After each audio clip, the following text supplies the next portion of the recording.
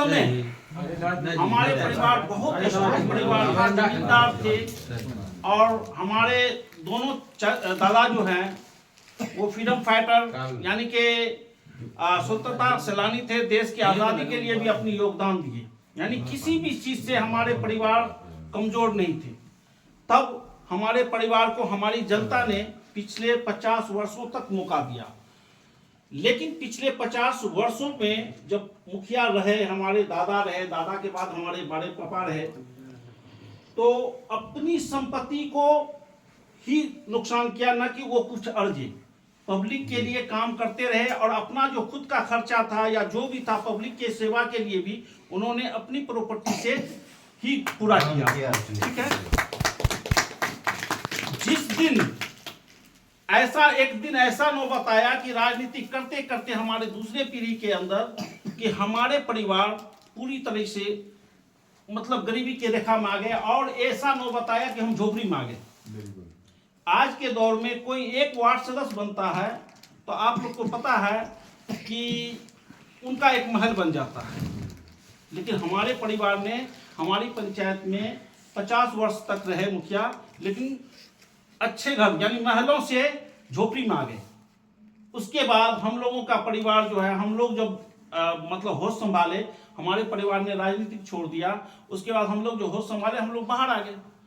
और बाहर आने के बाद जिस दिन से राजनीतिक छोड़ा, जो झोपड़ी में था वो आज महलों में आ गया।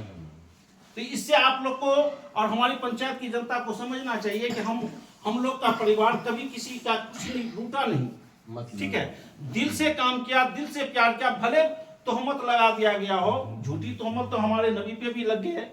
ठीक है, तो वो तो उनका काम है, उससे हमको निकल के बाहर आना है। ठीक है, और जब हमारी जनता को लगा पिछले 20-25 वर्ष तक जब हमारी पंचायत के अंदर जो सही से काम नहीं हुआ, घूस बढ़ गया, तो हमारी जनता को लगा कि नहीं, इस परिवार से किसी को लाया जाए। यही परिवार है जो एक दिन आके हमारे लोग का काम भी करेगा। हमारी जो समस्या है, कोसी नदी की समस्या है, जो गांव कट जाता है, घर बस जाता है, लेकिन उसका कोई मुआवजा नहीं, फसल दह भस जाता है, उसका कोई मुआवजा नहीं मिलता है।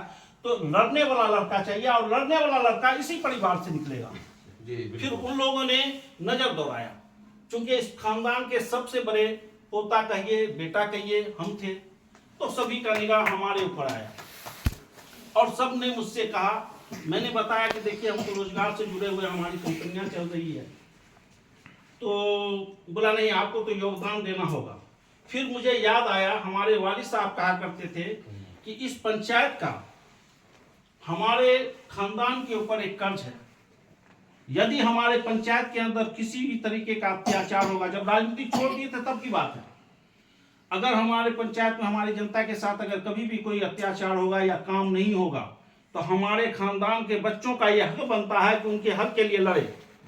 फिर ये बात हमें जब याद आया तो हमने हिम्मत बढ़ाया और संघर्ष किया, और हमारी जनता ने, हम कह नहीं सकते उतना प्यार दिया जितना प्यार कहे, हमको नहीं लगता था कि हार जीत अपनी जगह है, थोड़े से वोट से हम हार गए। फिर हमारे भाइयों को जो बाहर खट रहे थे, चूंकि हम अकेले गए थे वहां लड़ने के लिए, हमारे भाइयों के अंदर ये चीज आया कि अगर ऐसी बात है तो भैया को यहाँ आना चाहिए। इन लोगों ने फोन किया, फिर हम यहाँ आए और सभी आदमी ने मिलके जो है ऐसे मंथन किया। मंथन करने के बाद बोला कि भैया इस बार, अगली बार तो हम लोग अपने अपने कारोबार में लगे हुए थे, लेकिन हम लोग की भी जिम्मेदारी बनती है कि जब इलेक्शन का समय आएगा तो हम सब भाई आपके कंधे से कंधे मिलाकर पंचायत के अंदर आपका साथ देने का काम करेंगे और जनता के लिए जितना हो सकता है हम लोग विकास के लिए लड़ेंगे।